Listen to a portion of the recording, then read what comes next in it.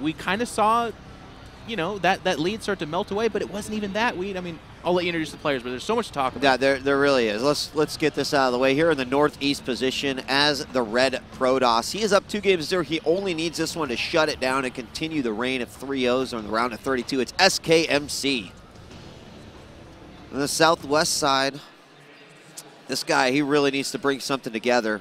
Certainly a respectable player coming from the Kespa land of StarCraft 2, folks. It is CJ's Hero.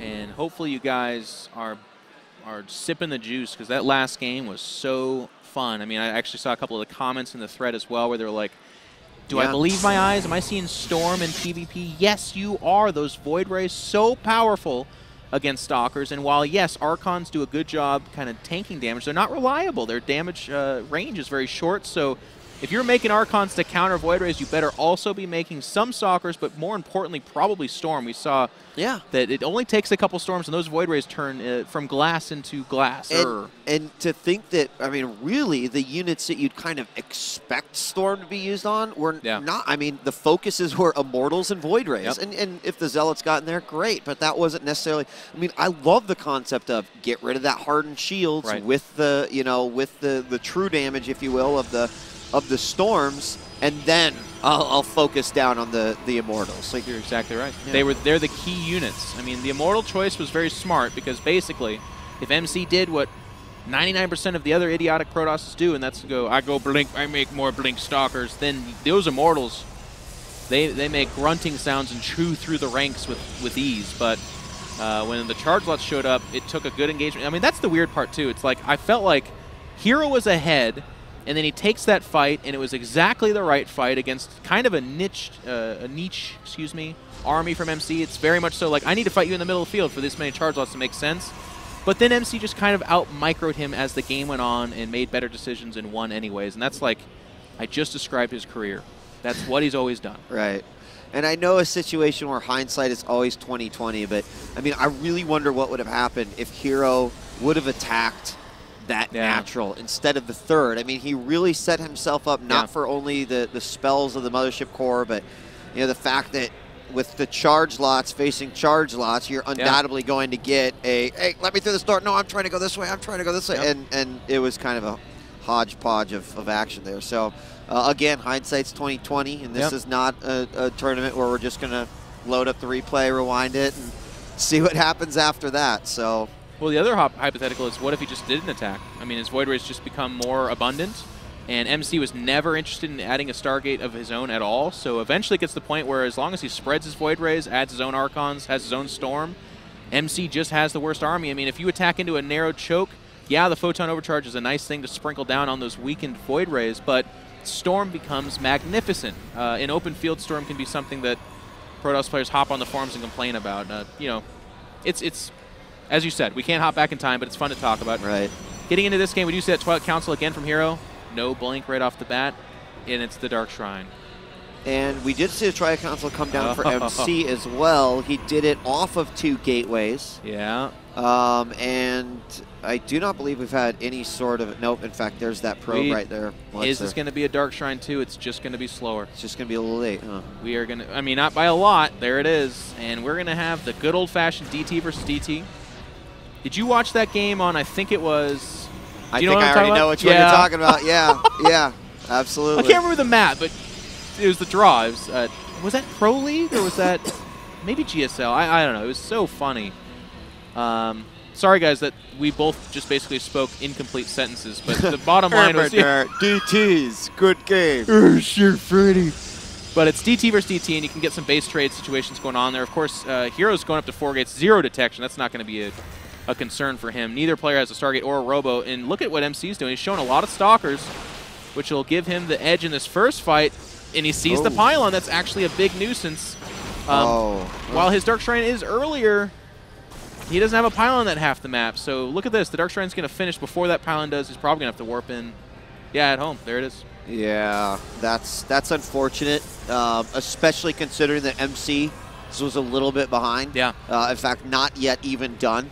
He's working off of the same 4 gateways, and they're going to be completing with just a great timing. Now, meanwhile, MC's like, well, hey, I got this pylon down. Let's just throw out a couple of zealots over here. This is going to kind of, I think, throw Hero for a bit of a loop, but we'll see exactly how it's handled. He added a Robo. There's only 1 pylon powering it, and there's 2 DTs on their way over here. If he can warp in some sentries, he might. Yes, there's a sentry being warped in. Nope, that's MC's sentry. And the DT squeezes through it. Lost just enough weight to fit in there. Congratulations. Your skinny ass is going to be a big pain in the butt for MCs in there. There is a Robo going down for both players. Where's the focus, though? Oh, it's on the Robo. 2 DTs on the Robo on the other side. 2 DTs on MC's side. Detection is not going to happen. Is he just going to go ahead and cancel it? Yes, he is. He's building another Robo outside of his base, so that's the good old-fashioned base trade scenario. Nice. MC is not building a Robo just yet. He has the money for it. Pylon depowers the gateways. Not the biggest of deals. He's still allowed to mine right now, and I think that might be a mistake. I know he's going for the pylons, trying to get them to stop being able to work. That's pretty cool, but he has enough money to build a Robo. There it is. And, oh my goodness. So, a Robo's going down. Same thing. Proxy Robo on both sides. Now, all of the probes have been killed pretty much for, there's 8 probes remaining for Hero. Yeah. So, just keep a close eye on that. They're starting to go down. Stalker's chasing that away. And then the Nexus focus by MC. Finally, Nexus focus here by Hero as well.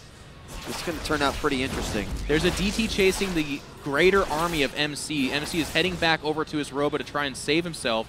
The probes almost gave up the gig on this Robo that's being built over here on the lower right-hand side of MC, but looks like they weren't enough to bait it out. Now, he's actually building his Nexus next to the Robo. That's an interesting choice because the Robo is going to be revealed here in a moment. No, never mind. The Nexus went down, so it's not revealed. This game is so weird. The army of MC might be a problem, though. It's better. Yeah. I have to agree with you on that. I mean, it's both sides kind of equalizing things. It's crazy. MC was allowed to keep his Twilight Council and his Dark Shrine so far. Oh my God, that's weird. And the Stalkers found the thing, so there's going to be a single single observer out. I really question that. I mean, he could just warp in. Wait. One more time. And something happened that we have to talk about. What? MC was supply blocked, does not have detection. He allowed a couple of probes to die to give him enough supply to build the observer. Nice. This guy. Nice. And he also saved that DT, and there the observer's going out. Now, the Stalkers are there, so the Stalkers just join up with the observer, and I love it. In fact, he could take it out right here. Yeah. It's just so close, and I have to feel like MC is put himself in a really fantastic position here. He's mining. He's got 11 supply advantage. Like you said, he's got the Stalkers. His Robo is powered. I mean, everything is pointing towards a pretty straight-up MC win. I mean, there's 1 probe mining over here for a supply-blocked Hero, and MC just handled this better. The earlier Stalker production, the choice to... I mean, actually, Hero allowing him to mine for as long as it was really weird. I don't know. I'm not sure I like killing the gateways as much as he already had DTs in his base, so it's like, what are you really worried about? If you can get the probes down and the Nexus down fast, you can start hunting those buildings. It's a unique situation that you're not put in so many times. You know exactly what you need to do. Yeah. So, again, we're seeing a great great display. So he's going to move forward, and if he can just snipe the observer, it's going to give him a second. Yeah. He's going to get it. He gets the observer. He just does. God. There's another observer popped out, but there is a time stop here. But he picks off the observer. I think that's it. Yeah. There's only 1, right? Yes. He doesn't. He can't. He doesn't even have the gas or the supply to deal with that. To make his own Robo, he can't make an observer. So these DTs are just gonna go die. Hero's gonna tap out. Thank you for coming to MLG Dallas, Hero, but you are dead. Hero is gonna fall 0-3. Wow, and there it is with only 11 supply remaining in black. GG